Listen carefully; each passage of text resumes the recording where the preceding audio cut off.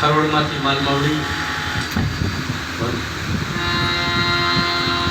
અને એમાંય પાછું વેડફળિયા અને વેડફળિયામાં પાછું થોડુંક માલગુણ સારા ગુણ કહેવાય. વેડફળિયામાં પણ માલગુણ કહેવાય. અને અહીંયા આપણા સદગુરુ શ્રી કંચરા બાપુની કૃપાથી તેમની દયા દ્રષ્ટિથી તેમના પાવન પગલે તેમની કરુણાથી આ વિશ્વની અંદર સર્વ સંતો મહાપુરુષો શાસ્ત્રો ઉપનિષદો આ જગતમાં જીવના કલ્યાણ માટે સંતોએ ગુરુને જ આગળ રાખ્યો છે. એવા આપણા સમર્થ સદગુરુ શ્રી કંચરા બાપુના ખૂબ જ એવા સારા આપણને આશીર્વાદ મળ્યા અને તેમના થકી આજે આપણા ભાઈ ભક્ત શ્રી નારુભાઈ સાથે તેમના ધર્મપત્ની સાથે તેમનો સહપરિવાર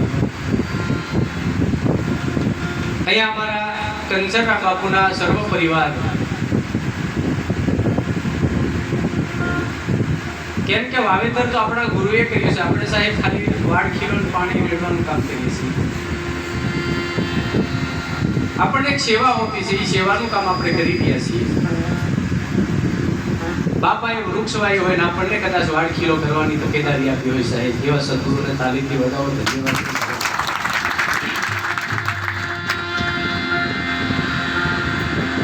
આજે કદાચ આપણે આંગણે અમારા પરમ પૂજ્ય લીમડી કાગલાખેડા નિવાસી સદગુરુ શ્રી નટુરામ મહારાજ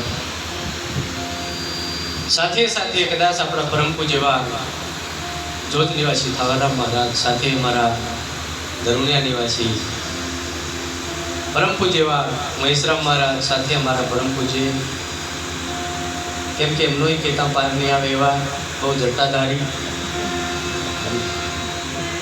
રીજે તે ગુરુને દોખી છે તો ભાવો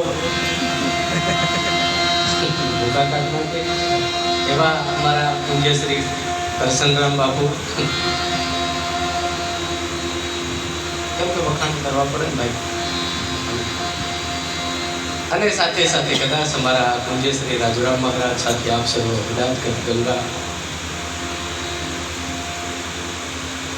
અહીંયા આપણે ટૂંક સમયમાં આરતી કરવાની છે અને અત્યાર સુધી તમે બેઠા છો, ધન ગણી છે સાહેબ. આવા મહાપુરુષોના અમૂલ્ય શબ્દો કદાચ આપણામાં